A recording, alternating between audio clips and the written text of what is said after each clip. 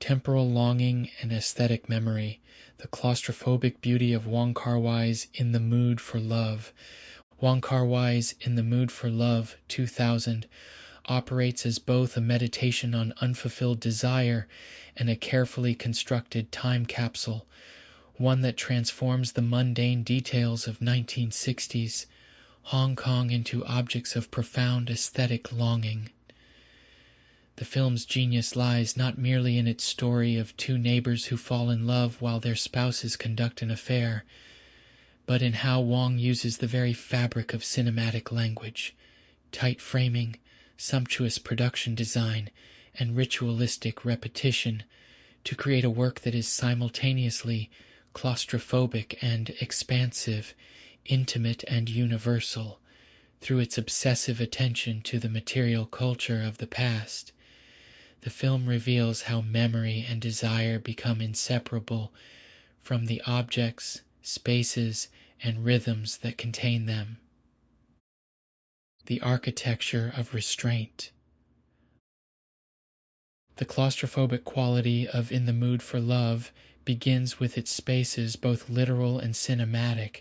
Wong Kar-wai and cinematographer Christopher Doyle create a visual grammar of confinement that mirrors the emotional restraint of the protagonists. The camera rarely pulls back to establish wide shots. Instead, it lingers in doorways, peers through windows, and fragments bodies into partial views.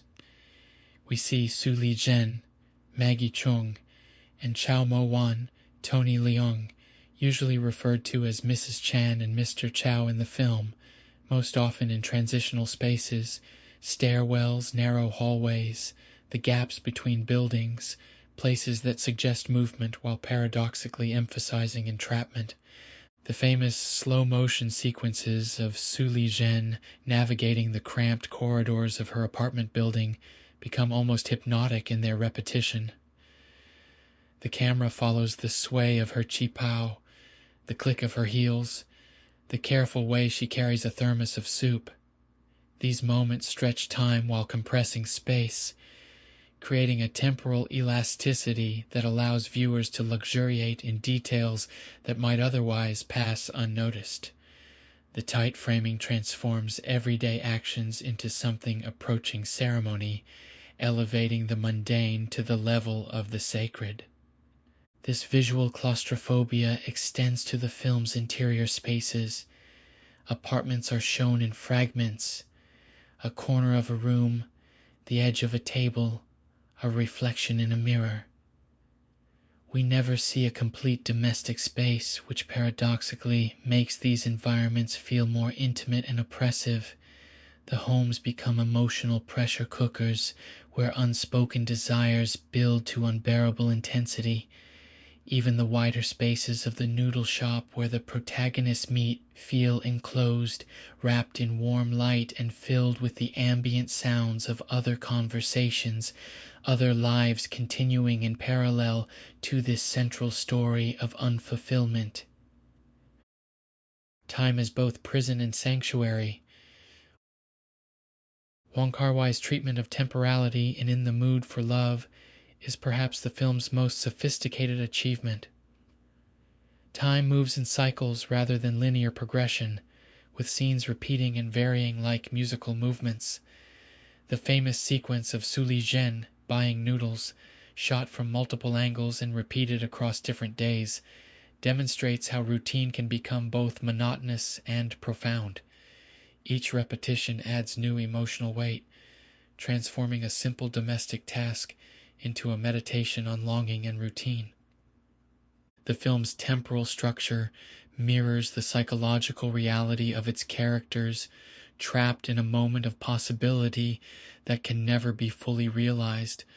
Wong uses slow motion not as a stylistic flourish, but as a way of examining time itself, how certain moments seem to expand and contract based on their emotional significance. When Su Li Zhen and Chow Mo Wan pass each other in the narrow stairwell, time slows to allow us to see every gesture, every glance that cannot be spoken aloud. These moments exist outside normal temporal flow, creating pockets of suspended possibility. The repetitive structure also suggests the way memory works, returning obsessively to certain images and moments. The film becomes a kind of memory palace, where time is not sequential but layered, where the past is not gone but perpetually present. This treatment of time reflects the character's emotional reality. They are suspended in a moment of what might have been, unable to move forward but unwilling to let go.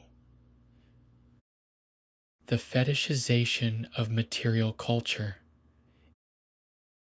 In the Mood for Love demonstrates an almost obsessive attention to the material culture of 1960s Hong Kong, transforming clothing, food, music, and objects into carriers of emotional and temporal meaning. The film's production design, overseen by William Chang Suk Ping, creates a world so texturally rich that it becomes a character in its own right. Every detail, from the patterns on wallpaper to the style of a lamp, is carefully chosen to evoke not just historical accuracy, but emotional authenticity. Su Legion's collection of qipao dresses becomes perhaps the film's most potent symbol of this aesthetic fetishization.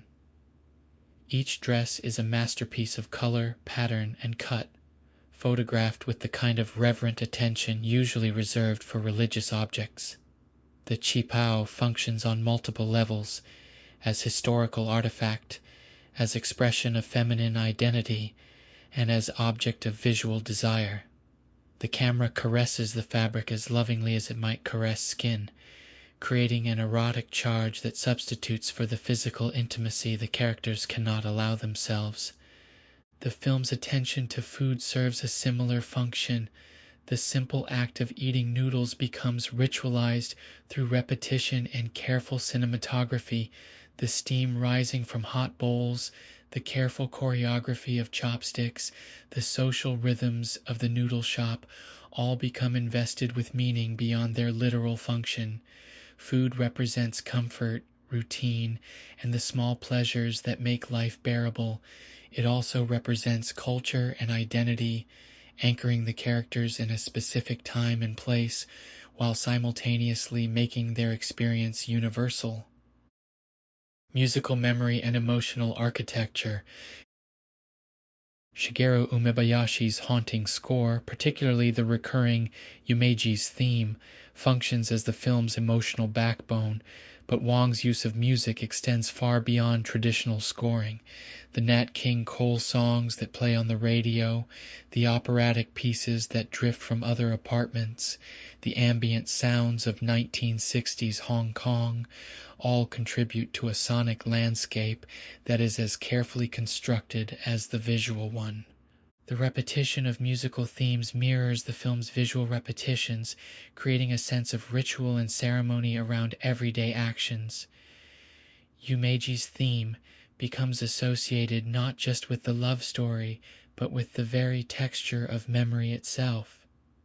Its melancholy beauty captures something essential about the experience of looking back, the way the past becomes more beautiful and more painful with distance. The period music serves multiple functions. It anchors the film in its historical moment, while also creating emotional associations that transcend that specific time. Nat King Cole's Aquelos Ojos Verdes becomes a bridge between cultures and languages, just as the love story itself transcends cultural specificity to become universal. The music also serves as a form of emotional communication between the characters. They cannot speak their feelings directly, but they can share in the experience of listening to the same songs, feeling the same melancholy. The past as aesthetic object. The film's meticulous recreation of 1960s. Hong Kong raises important questions about the relationship between nostalgia and aesthetic experience. Wong and Chang create a version of the past that is perhaps more beautiful than the reality ever was. Every object is perfectly placed, every color perfectly saturated, every texture perfectly preserved. This is not historical accuracy but aesthetic idealization, the past transformed into an object of desire. This aesthetic fetishization serves the film's thematic purposes. Just as the characters idealize their impossible love, the film idealizes the world in which that love exists. The gap between desire and fulfillment that defines the central relationship is mirrored in the gap between the messy reality of the past and its polished cinematic representation. The film becomes complicit in the very process of idealization that it depicts, creating beauty from longing and loss. The danger of such aesthetic fetishization is that it can become merely decorative, style without substance. Wong Kar-wai avoids this trap by making the aesthetic excess serve the emotional content. The overwhelming beauty of the film's visual and auditory landscape mirrors the overwhelming nature of the characters' suppressed emotions. The claustrophobic perfection of the mise-en-scène reflects the claustrophobic perfection of their impossible situation. Conclusion: the persistence of the untouchable. In the Mood for Love achieves something rare in cinema. It makes visible the invisible architecture of longing. Through its careful manipulation of space, time, and material culture, the film creates a sensory experience that transcends its specific cultural and historical context while remaining deeply rooted in the details of place and period. The claustrophobic cinematography, the fetishized objects, the ritualistic repetitions, all serve to create a world where emotional truth becomes inseparable from aesthetic experience. The film's lasting power lies in its recognition that some experiences can only be approached obliquely through atmosphere and suggestion rather than direct statement. The love story at the center of In the Mood for Love is powerful precisely because it remains largely unspoken and unfulfilled. Similarly, the film's meaning emerges not from any single element, but from the accumulation of sensory details, the weight of repetition, the pressure of constraint. In transforming the ordinary materials of daily life, clothing, food, music, domestic spaces, into objects of profound aesthetic and emotional significance, Wong Kar-wai creates a cinema that operates like memory itself, selective, idealized, and achingly beautiful in its incompleteness. The film becomes a demonstration of how aesthetic experience can serve as both compensation for and intensification of emotional experience, creating beauty from the very conditions that make fulfillment impossible.